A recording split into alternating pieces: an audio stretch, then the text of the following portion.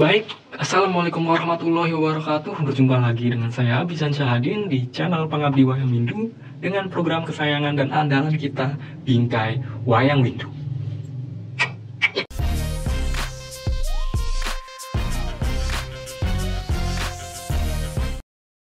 Baik, pada episode keempat ini kita akan mempelajari tentang post processing atau post production. Sebenarnya apa sih post processing atau post production? Kegiatan ini merupakan suatu kegiatan yang biasa dilakukan oleh para fotografer untuk mengecek kembali gambar-gambar yang sudah mereka dapatkan setelah proses pemotretan sebelumnya. Apakah gambar itu masih diperlukan perbaikan atau sudah layak untuk dipublikasi atau digunakan sebagai media promosi biasanya. Untuk jurnalis sendiri, post production di sini biasanya akan berupa proses penyortiran gambar terkait gambar mana saja yang pantas untuk diterbitkan di surat kabar. Nah, lantas untuk kita yang bukan merupakan fotografer profesional atau hanya hobiis semata, apa sih pentingnya melakukan post production atau post processing ini? Padahal kan kita tidak ada tuntutan yang berat seperti fotografer jurnalis maupun fotografer profesional lain yang akan menggunakan foto tersebut sebagai barang dagangan mereka atau untuk diterbitkan sebagai media promosi. Jawabannya sederhana, karena foto yang akan kita terbitkan nanti adalah foto yang akan membentuk citra diri kita sebagai fotografer di mata orang lain. Begini, bisa dibilang bila foto kita menurut mereka bagus, menurut mereka para penonton ini ideal, ya berarti kita adalah fotografer yang baik di mata mereka. Nah, sebagai seorang fotografer yang bukan profesional, kita tetap harus menjaga citra kita agar orang-orang yang menonton foto-foto kita merasa tertarik dengan foto yang kita bawakan. Imbasnya adalah kita dapat lebih dikenal di dunia fotografi, apalagi dengan kemunculan Instagram seperti sekarang ini. Nah, lantas selain proses penyortiran foto terkait foto mana yang kira-kira bagus untuk kita publikasi, baik itu di media sosial kita maupun kita cetak kemudian kita pamerkan di rumah kita, ada cara lain atau tahapan lain yang benar-benar harus kita lakukan, yakni pengeditan atau penyuntingan foto. Berhubung ini adalah fotografi ponsel, maka yang akan saya contohkan berikut ini adalah penyuntingan dengan menggunakan software atau aplikasi yang bisa kita gunakan di handphone. Aplikasi tersebut yakni Lightroom, di mana bila Bapak, Ibu, Akang, dan Teteh belum memilikinya, bisa langsung saja melakukan pendownloadan atau pengunduhan di Play Store. Kemudian cukup mencari dengan kata kunci Lightroom dan nanti akan muncul seperti ini. Berhubung saya sudah mendownloadnya, maka saya tinggal membuka saja.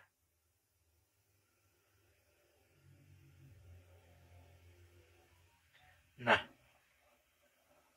berikut merupakan tampilan depan dari Adobe Lightroom atau Lightroom. Pada Adobe Lightroom ini, kita menemukan beberapa menu. Ya, wajar bila Bapak, Ibu, dan Akang Teteh sekalian yang masih awam akan cukup kebingungan. Di sini saya akan memberitahunya secara perlahan. Untuk menu pertama yakni semua foto, itu adalah menu di mana semua foto yang ingin kita edit, kita masukkan ke sana. Kemudian ada orang, kemudian ada dihapus. Dihapus di sini yakni foto-foto yang mungkin tidak terlalu kita butuhkan, namun terlanjur kita masukkan ke foto yang akan diedit, terpaksa kita hapus, jadi nanti masih bisa kita buka di dihapus ini. Kemudian ada album, ya sebagaimana namanya, album merupakan kumpulan foto. Album ini sendiri merupakan menu yang akan memudahkan kita sewaktu mengedit, yakni lewat album kita dapat menyortir foto-foto yang memiliki kesamaan, entah itu kategori ataupun tema atau objek. Kemudian di pojok kanan bawah bisa kita temukan dua gambar, yakni gambar logo kamera, kemudian di sebelah kirinya ada gambar logo frame atau bingkai foto dengan tanda plus. Sekarang pertama yang harus kita pilih untuk memulai proses mengedit foto yakni tombol plus pada pojok kanan bawah dengan latar belakang biru ini. Nah, sekarang muncul folder-folder dari foto yang ada di penyimpanan smartphone kita. Pada pelatihan kali ini, saya akan mencontohkan proses pengeditan dari beberapa foto yang saya ambil dengan menggunakan handphone Vivo V5, Samsung A50, dan kamera DSLR Canon yang saya miliki. Untuk foto dari HP Vivo, yakni foto gitar ini, kita pilih. Untuk HP Samsung A50, yakni pada foto bunga dan daun ini. Dan terakhir untuk foto dari kamera profesional, yakni ini. Sekarang kita pencet tambah. Baik, ketika sudah muncul notifikasi foto berhasil diimpor, maka kita tinggal membuka ini. Sekarang, proses pengeditan nomor 1, yakni membetulkan komposisi foto. Membetulkan komposisi foto ada 2 macam dalam pelatihan ini. Yang pertama adalah meluruskan foto yang miring. Kemudian kedua, membingkai ulang foto sehingga objek-objek yang tidak kita kehendaki untuk masuk ke dalam foto bisa kita hilangkan, atau dengan kata lain, cropping. Pertama yakni meluruskan foto. Untuk meluruskan foto, kita cukup melakukan pemilihan pada menu yang disimbolkan dengan seperti garis yang saling berpotongan ini. Nah, tinggal kita pencet layar, kemudian kita sesuaikan. Baik. Bila sudah, nanti tinggal kita pencet centang. Bila masih miring, ya tinggal diulang saja.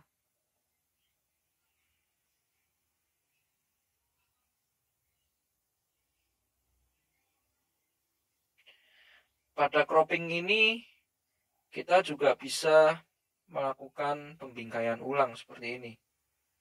Semisal kita merasa foto ini terlalu luas, maka kita bisa mengecilkan bingkainya dan membuat foto lebih fokus kepada objek yang kita inginkan.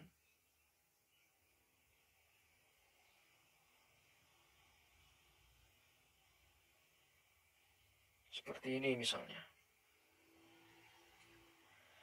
Dan pada proses cropping, kita juga bisa memilih aspek rasio kembali. Di sini ada 1:1, ada 3:2, 4:3, 16:9, 8,5:11, 4:5.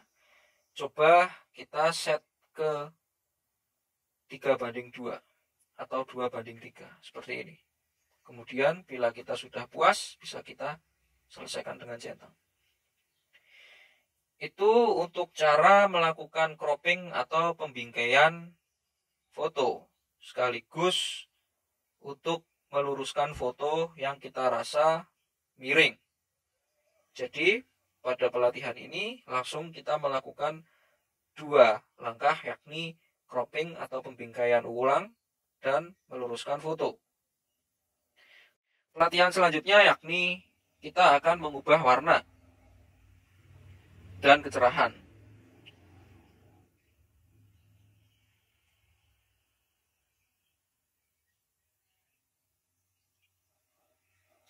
Ya, bisa dilihat foto bas di sini sudah cukup tercahayai, namun warna saya rasa masih pudar.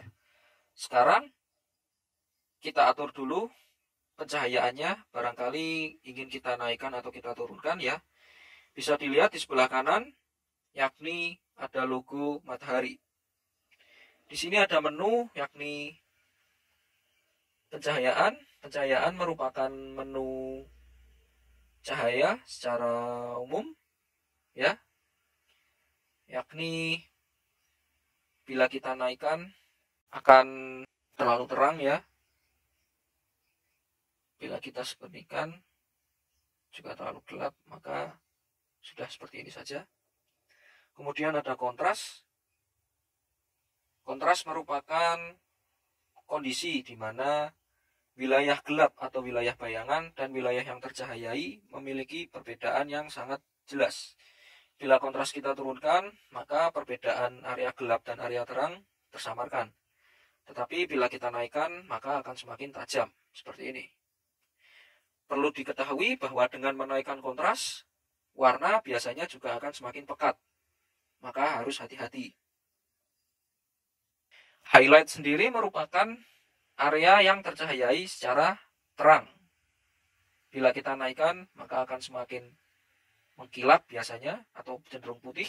Bila kita turunkan, maka akan cukup pudar. Yang seperti ini tergantung preferensi atau kesukaan dari fotografer masing-masing. Kalau saya sendiri ingin membuat highlight yang cukup keluar atau tinggi. Kemudian bayangan. Bayangan sendiri merupakan lawan dari highlight, yakni area yang gelap. Bila kita naikkan, maka bayangan akan hilang. Saya sendiri tidak terlalu suka foto yang tidak natural bayangannya, jadi lebih baik tetap kita sisakan. Kemudian ada warna putih dan hitam. Kurang lebih keduanya mirip seperti highlight dan bayangan. Hanya saja yang membedakan yakni warna putih merupakan keseluruhan cahaya. Sementara hitam merupakan keseluruhan area gelap.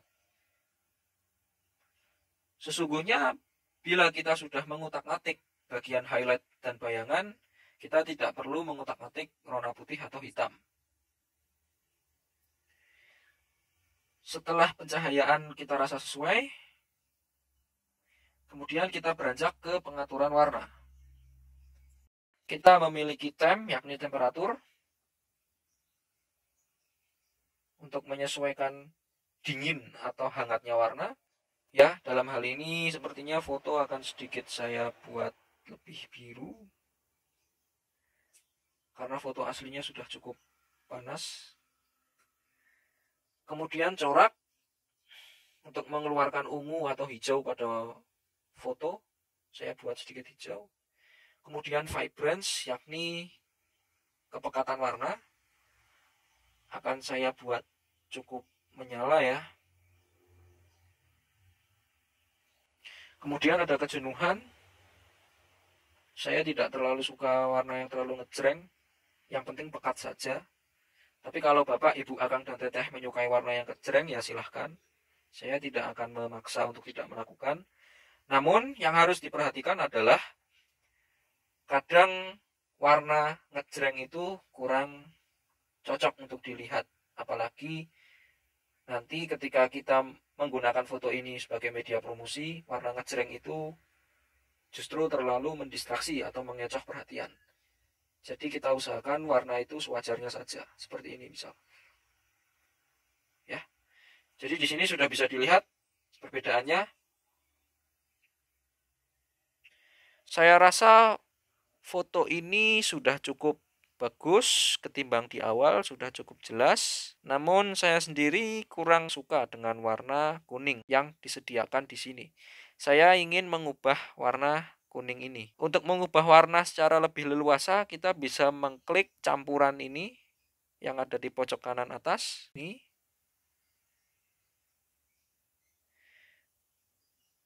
Kemudian kita bisa mengubah warna apa saja yang kita kehendaki. Di sini kita akan mengubah warna oranye dan warna kuning, karena warna bas ini didominasi oleh kuning dan oranye. Bila makin ke kiri ya, pada warna oranye ini, oranye akan semakin menuju merah. Bila semakin ke kanan, maka oranye akan cenderung kuning kehijauan. Saya sendiri hanya ingin menurunkan sedikit, seperti ini. Kemudian untuk kejenuhan atau saturasi, saya naikkan sedikit, seperti ini perbandingannya. Kemudian untuk kecerahan, saya menurunkannya sedikit. Luminance ini kecerahan ya. Kemudian untuk warna kuning,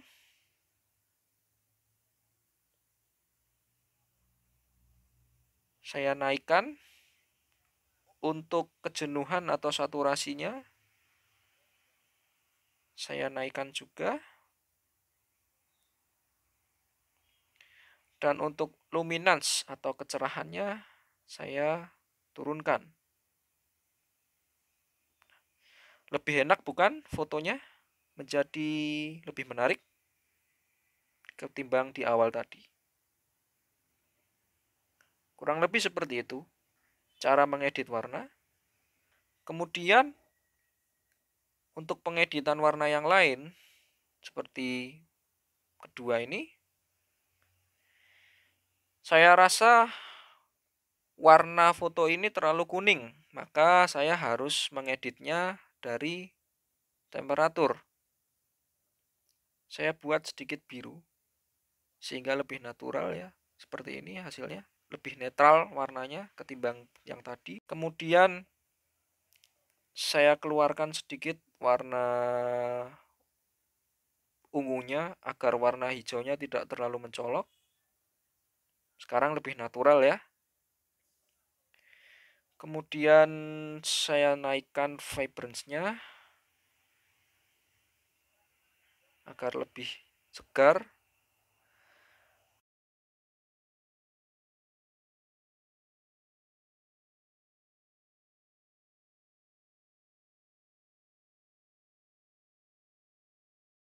Kemudian saya naikkan kejenuhan atau saturasinya juga.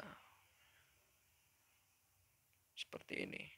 Nah, lantas bagaimana jika kita ingin mengubah warna daun agar lebih memiliki warna hijau yang kita inginkan? Tinggal klik saja campuran ini.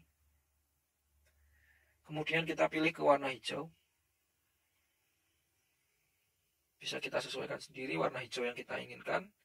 Namun yang sekali lagi harus saya tekankan di sini adalah bila foto akan digunakan sebagai media promosi, maka jangan terlalu diubah warnanya. Takutnya akan menimbulkan kesan bohong.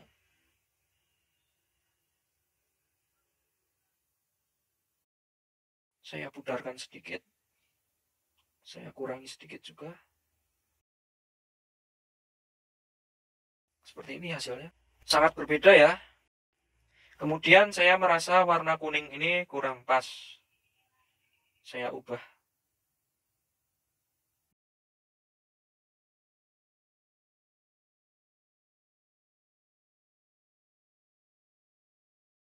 Menjadi sedikit hijau.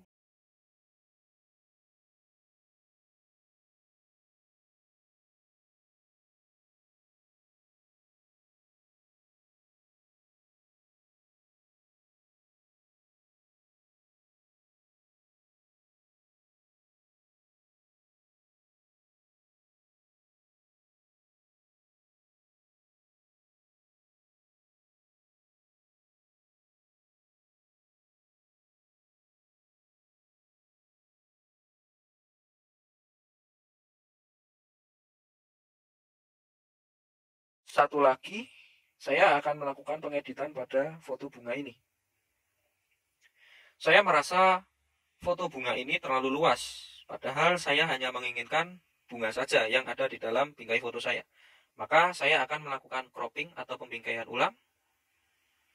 Kemudian saya ingin mengganti aspek rasionya menjadi 4:3, ya, pas seperti ini.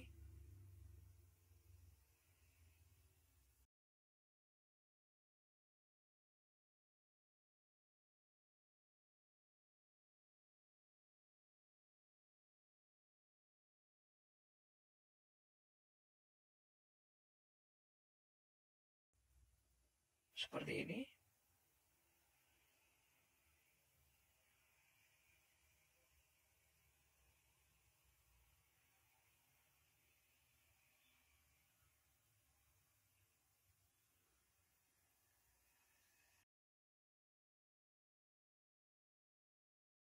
Kemudian saya merasa bahwa warna bunga ini kurang segar.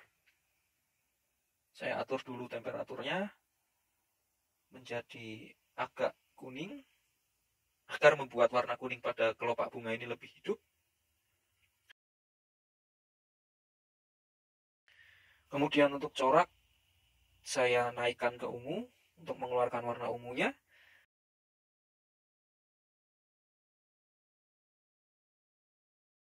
Kemudian untuk vibrance saya tidak akan terlalu menaikkannya karena terlalu mencolok ya ternyata.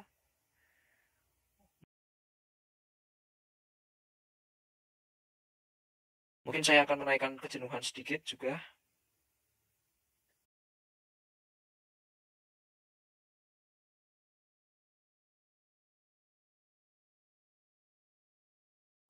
lebih seperti ini. Tapi saya merasa warna kuning di sini kurang, ya masih terlalu aneh. Saya menggantinya. Saya tuakan sedikit warna kuningnya.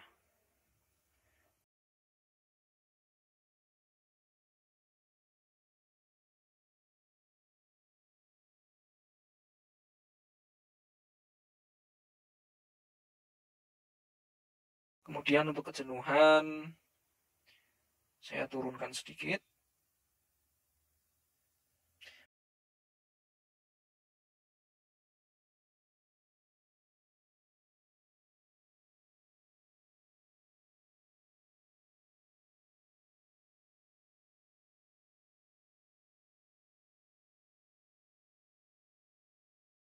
Untuk luminance atau kecerahan, saya turunkan sedikit.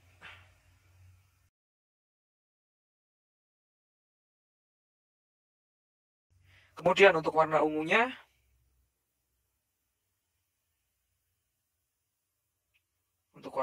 seperti ini.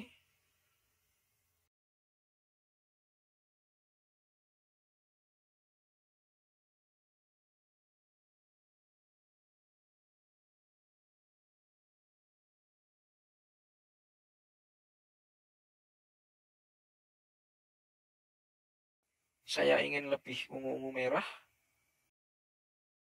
Untuk kejenuhannya saya kurangi.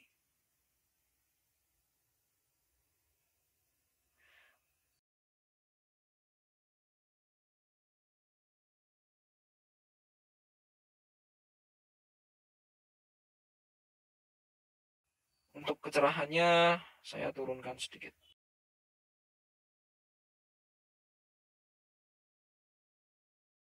Ya, seperti ini kurang lebih.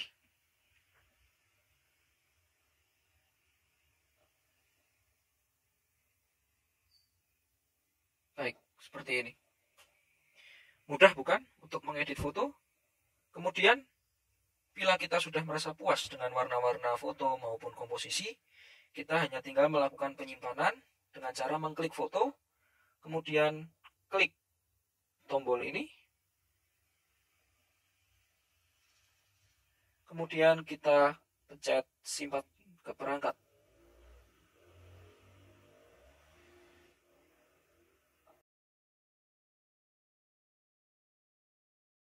Sama dengan foto yang lain.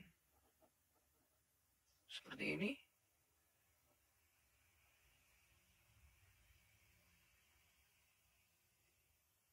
Seperti ini.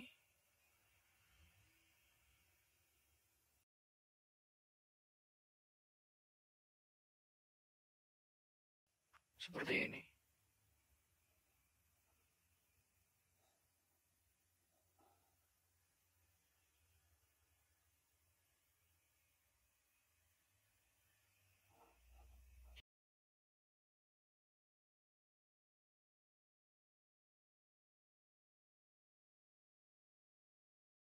Kemudian, di mana kita bisa menemukan foto yang sudah kita simpan? Pada galeri, kemudian Adobe Lightroom. Dan foto-foto yang sudah kita edit dan kita simpan tersedia di sini. Kemudian tinggal kita post ke media sosial, baik itu Instagram ataupun Facebook. Sepertinya itu saja tahap demi tahap editing yang bisa saya berikan. Semoga bermanfaat. Sekian dari saya. Assalamualaikum warahmatullahi wabarakatuh. Sampai jumpa di kesempatan berikutnya.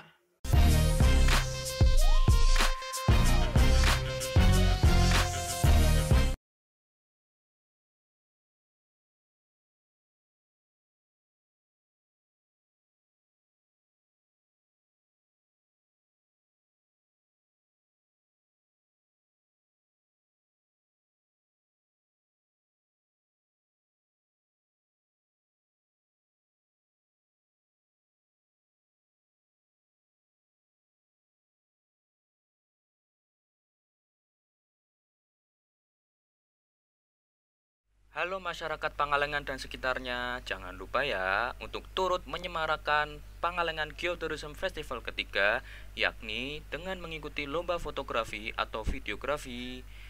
Ditunggu ya keikutsertaannya, gratis kok. Hatur nuhun.